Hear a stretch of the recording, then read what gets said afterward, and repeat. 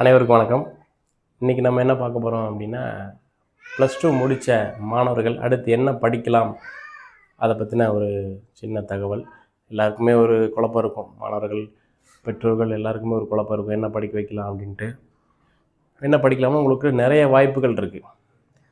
முதல்ல பொறியியல், அதுக்கப்புறம் அரசு கலைக்கல்லூரி, கலை அறிவியல், அந்த மாதிரி உங்களுக்கு நிறைய வாய்ப்புகள் இருக்குது. அது போக நம்ம லா காலேஜு, அக்ரி காலேஜு, ஃபிஷரிஸு, இந்த மாதிரி ஏகப்பட்ட வாய்ப்புகள் இருக்குது. ஆனால் பெரும்பான்மையான மக்கள், மாணவர்கள் எல்லாருமே என்ன தேர்ந்தெடுப்பாங்க அப்படின்னா, அந்த பொறியியலை தான் தேர்ந்தெடுப்பாங்க. வெகு சிலர், ஒரு சிலர் நீட் எழுதினவங்க, அதில் நல்ல மார்க் எடுத்தவங்க மெடிக்கல் லைனு, அது போக பிஎஸ்சி நர்சிங், பாராமெடிக்கல், அந்த மாதிரி ஒரு சிலர் சூஸ் பண்ணுவாங்க. உங்களுக்கு முதல்ல மாணவர்களுக்கு உங்களுக்கு எதில் ஆர்வம் இருக்குது அப்படின்ற மாதிரி பாருங்கள். ப்ளஸ் நீங்கள் எடுத்த மார்க்கு, இப்போ எதில் நல்ல மார்க் வாங்கியிருக்கீங்க, உங்களுக்கு எந்த சப்ஜெக்டில் ஆர்வம், அந்த மாதிரி கவனித்து அதிலேருந்து நீங்கள் சூஸ் பண்ணிக்கலாம். பெரும்பான்மையான மாணவர்கள் அவங்க விருப்பப்பட்ட பாடத்தை எடுக்கிறதுக்கு முடியாத சூழ்நிலை தான் இருக்கும் எல்லாருக்குமே. நான் உட்பட அப்படி தான் இருக்கும். நம்ம படிக்க விரும்பினது ஒன்றா இருக்கும், நமக்கு சூழ்நிலை ஒரு பக்கம் தள்ளி விட்டுரும். அதுக்கேற்ற மாதிரி சில முடிவுகள் எடுங்க.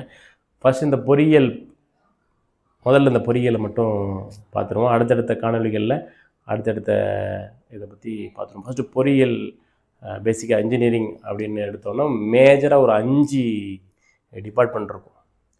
ஃபஸ்ட்டு இசிஇ, அப்புறம் ட்ரிபிள்இ, ரெண்டாவது கம்ப்யூட்டர் சயின்ஸு, மூணாவது சிவில் இன்ஜினியரிங், கடைசியாக மெக்கானிக்கல் இன்ஜினியரிங். இந்த 5 டிபார்ட்மெண்ட் தான் மேஜர். இது போக நிறைய டிபார்ட்மெண்ட் இருக்குது. எல்லாமே இதிலேருந்து பிரிஞ்சுகள் தான்.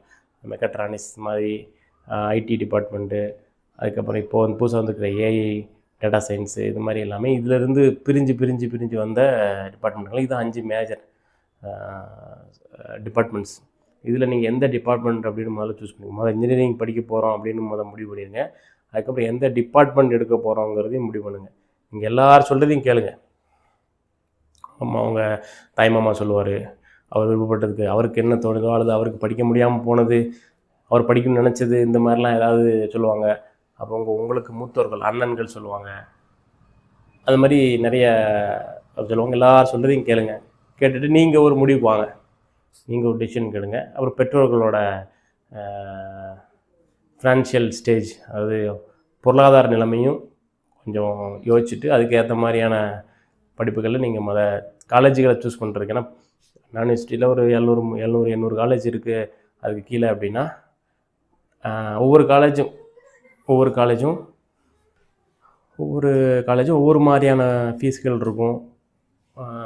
அந்த மாதிரி சூழ்நிலை இருக்குது. முதல்ல வந்து நீங்கள் ஆரம்பத்தில் கவுன்சிலிங்க்கு பதிஞ்சிருங்க. இன்ஜினியரிங் படிக்க போகிறோன்னு முடிவு பண்ணிட்டீங்க அப்படின்னா கவுன்சிலிங்க்கு பதிஞ்சிருங்க. அதுக்கப்புறம் நீங்கள் உங்களோட கட் ஆஃப் எது அப்படின்னு பார்த்துட்டு, கட் ஆஃப்க்கு ஏற்ற மாதிரி ஒரு 150, 160, 170, 180 இந்த மாதிரி கட் ஆஃப்கள் வந்துச்சு அப்படின்னா, 200க்கு எவ்வளோன்னு இருக்கும் கட் ஆஃப் இருந்துச்சு அப்படின்னா, அந்த கட் ஆஃபுக்கு ஏற்ற மாதிரி காலேஜுகளை லிஸ்ட் அவுட் பண்ணுங்க. இந்த கட் ஆஃபுக்கு இந்த காலேஜெலாம் கிடைக்கும் அப்படின்ட்டு உங்களுக்கு அந்த இணையதளங்கள்லேயே போட்டிருப்பாங்க. அவங்க கட் ஆஃப் கால்குலேஷன் பண்ணி இதுக்கு முன்னாடி 2025 ஒவ்வொரு காலேஜ்லேயும் எவ்வளோ கட் ஆஃபுக்கு என்னென்ன காலேஜெலாம் கிடச்சிருக்குங்கிற மாதிரி தகவல் அந்த வெப்சைட்லேயே இருக்குது. நீங்கள் அதை கூட உள்ளே போய் பொறுமையாக உட்காந்து பாருங்கள். இந்த கேப்பில் 15 முடிச்சிட்டிங்க. அடுத்து உங்களுக்கு ரேண்டம் நம்பர் விடுவாங்க, ரேங்க் லிஸ்ட் விடுவாங்க. இந்த கேப்பில் நீங்கள் ஒரு 50 காலேஜ் 100 காலேஜ் சூஸ் பண்ணி வைங்க. ப்ளஸ் டிபார்ட்மெண்ட் முடிவு பண்ணிடுங்க. டிபார்ட்மெண்ட்டுமே ஆப்ஷனாக வச்சுக்கணும். இசிஇ கிடைக்கலன்னா ட்ரிபிள்இ கிடைக்கலன்னா கம்ப்யூட்டர் சயின்ஸ், அப்படி.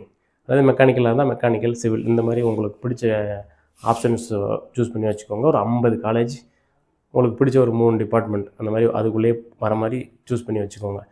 காலேஜ் கோடோடு சூஸ் பண்ணி வச்சுக்கோங்க. அதில் எப்படி சூஸ் பண்ணணும் அப்படின்னா, உங்களுக்கு பொருளாதார சூழ்நிலை இருக்குது, எவ்வளோ ஃபீஸ்னாலும் அப்பா கட்டிடுவார் அப்படிங்கிற மாதிரி சூழ்நிலை இருந்துச்சு அப்படின்னா, ஒரு நல்ல ரெப்யூட்டடான காலேஜை சூஸ் பண்ணுறது நல்லது. அவங்க பக்கத்துலேயே இருக்கிற அல்லது தூரமாக இருக்கிற ரெப்யூட்டடான காலேஜில் நல்ல பேர் வாங்கின காலேஜ், இங்கே போனால் கண்டிப்பாக வேலை கிடைக்கும், பல லட்சங்கள் அப்படின்னு ஒரு காலேஜில் சேரலாம். அது ஒரு ஆப்ஷன். சூழ்நிலை ஃபீஸ் நிறைய கட்ட முடியும் அப்படிங்கிற சூழ்நிலை, அந்த மாதிரி காலேஜை தேர்வு செய்யணும். அது கொஞ்சம் கட் ஆஃபும் கூட வேணும், ஃபீஸும் அதிகமாக இருக்கும். அந்த மாதிரி ஒரு காலேஜுகளை லிஸ்ட் அவுட் பண்ணி வச்சுக்கோங்க. அதில் நீங்கள் உங்களுக்கு கட் ஆஃபுக்கு ஏற்ற மாதிரி ஒரு காலேஜ் கிடைக்கும். அது ஒரு சாய்ஸ். 2வது சாய்ஸ் நமக்கு மேஜராக மிடில் கிளாஸ் சூழ்நிலை தான் இருக்கும். வருஷத்துக்கு 2 லட்சம் 3 லட்சம் கட்டி படிக்கிற சூழ்நிலை பெரும்பான்மையான குடும்பங்களுக்கு இருக்காது. நமக்கு அந்த அரசு நிர்ணயித்த விலை 42,500 ஃபஸ்ட் கிராஜுவேட்டாக இருந்தால் ஒரு 20,000 குறைஞ்சி 25,000 அந்த மாதிரி 22,500 20,000 கட் பண்ணி 22,500 அந்த அந்த ஸ்டேஜில் இருக்கிற மாதிரி ஒரு காலேஜாக சூஸ் பண்ணி வச்சுக்கோங்க. தூத்துக்குடியிலேயே வந்து அரசு கல்லூரி எடுத்துக்கிட்டோம், அரசு பொறியியல் கல்லூரி எடுத்துக்கிட்டோம் அப்படின்னா உங்களுக்கு அந்த அரசு நிர்ணயித்த விலை கல்வி கட்டணம் தான் இருக்கும். அதுலேயுமே நீங்கள் முதல் பட்டதாரியாக இருந்தீங்கன்னா உங்களுக்கு இன்னும் ஃபீஸ் ரிடக்ஷனாக இருக்கும். இந்த மாதிரி காலேஜை சூஸ் பண்ணி படிச்சுக்கலாம். ஏன்னா இல்லை முக்கியமான விஷயம் பாருங்கள், எங்கே படித்தாலும் 700 காலேஜ் எங்கே படித்தாலும் பிஇ ஒரே பட்டம் தான், அனானிஸ்டி தான் சர்டிஃபிகேட் கொடுக்கும்போது எல்லாத்துக்கும் ஒரே மாதிரியான சர்டிஃபிகேட் தான். அந்த ரெப்யூட்டட் காலேஜில் என்ன பெரிய ப்ளஸ் அப்படின்னா பிளேஸ்மெண்ட் ஆஃபர்ஸ். உங்களுக்கு 4வது வருஷத்தின் இறுதியில் உங்களுக்கு வேலைவாய்ப்பை வந்து உங்களுக்கு ஏற்படுத்தி கொடுப்பாங்க. பெரிய பெரிய கம்பெனிஸ், அசென்ச்சரு, டிசிஎஸ், சிடிஎஸ் இந்த மாதிரி பெரிய பெரிய கம்பெனிஸில் வந்து உங்களை ரெக்ரூட் பண்ணுறதுக்காக ஆட்கள் வந்து கேம்பஸ் இன்ட்ரி மாதிரி வச்சு நடத்தி உங்களை நல்ல சம்பளத்துக்கு, நல்ல மீன்ஸ் ஒரு 80,000 அந்த 1 லட்சம் 2 லட்சம் அந்த மாதிரி ஐடி டிபார்ட்மெண்ட்டில் உள்ள வேலை வாய்ப்புகளாக இருக்கட்டும், மற்ற கம்பெனிகள் இப்போ மெக்கானிக்கல் டிபார்ட்மெண்ட், ஜென்ரல் மோட்டார்ஸு இந்த மாதிரியான ரெப்யூட்டட் கம்பெனியில் வந்து உங்களை கேம்பஸ் இன்ட்ரி மூலமாகவே எடுத்துகிட்டு போகிற ஆப்ஷன் உங்களுக்கு கிடைக்கும். அது போக ஏன் முதல்ல பொறியியல் பற்றி பேசுகிறேன் அப்படின்னா, பொறியியலுக்கு தான் பொறியியல் படித்தவன்ட்டே சும்மா இருக்கான், இன்ஜினியரிங் படித்தவன் போகிறான் சும்மா சுற்றி நிலையலாம் அப்படிலாம் இல்லை.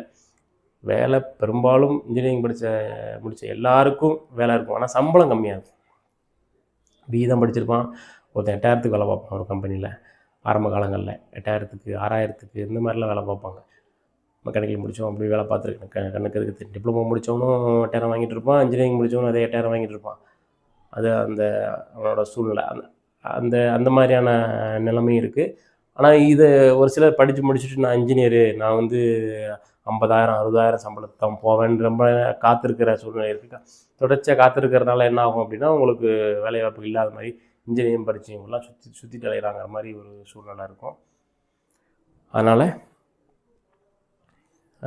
காலேஜை தேர்வு பண்ணுறதுக்கு நீங்கள் கட் ஆஃப் பேஸ் பண்ணி உங்களுக்கு அருகாமையில் இருக்கிற காலேஜாக இருந்தாலும் சரி, தூரமாக இருக்கிற காலேஜாக இருந்தாலும் சரி, முதல்ல அந்த காலேஜில் நமக்கு எடுத்த மார்க்குக்கு சீட்டு கிடைக்குமா அப்படிங்கிறத பழைய போர்ட்டலில் சூஸ் பண்ணிவிட்டு அதுக்கு கீழே ஒரு 50 காலேஜ் 100 காலேஜ் சூஸ் பண்ணி வச்சுக்கோங்க. டிபார்ட்மெண்ட்டையும் முடிவு பண்ணி வச்சுக்கோங்க. ஒரே காலேஜ்லேயே இப்போது வந்து ஒரு உதாரணத்துக்கு தூத்துக்குடி அரசு கல்லூரியில் எனக்கு இசிஇ கிடைச்சாலும் பரவாயில்ல, ட்ரிபிள்இ கிடைச்சாலும் பரவாயில்ல அப்படின்னா 2யுமே ஆப்ஷனாக வைக்கணும். அந்த மாதிரி சூஸ் பண்ணி ஒரு 50லேருந்து 100 காலேஜ் சூஸ் பண்ணி வச்சுக்கோங்க. சாய்ஸ் ஃபில்லிங் அப்போ ஃபில் பண்ணுங்கள். ஃபில் பண்ணிவிட்டு இந்த மாதிரியான காலேஜில் கிடைச்சா ஃபீஸ் கட்டுறதுக்கு முடியுமான்னு பார்த்துக்கணும். ஃபினான்ஷியல் பேக்ரவுண்டையும் பார்த்துக்கணும். கட் ஆஃபுக்கு இந்த காலேஜ் கிடைக்குமான்னு பார்த்துக்கணும். அந்த மாதிரி பார்த்துட்டு நீங்கள் ஃபுல்லாக சாய்ஸ் ஃபில் பண்ணிங்கன்னா உங்களுக்கு நீங்கள் விரும்பின காலேஜில் விரும்பின டிபார்ட்மெண்ட்டு எடுத்து படிக்கலாம். வேறு ஏதாவது உங்களுக்கு சந்தேகம் அப்படின்னா கீழே கமெண்ட் பண்ணுங்கள், நேர்லேயும் அழைச்சி பேசுங்க. ஓய்வாக இருக்கிற நேரத்தில் கண்டிப்பாக உங்களுக்கு செய்திகளை சொல்கிறேன். நன்றி.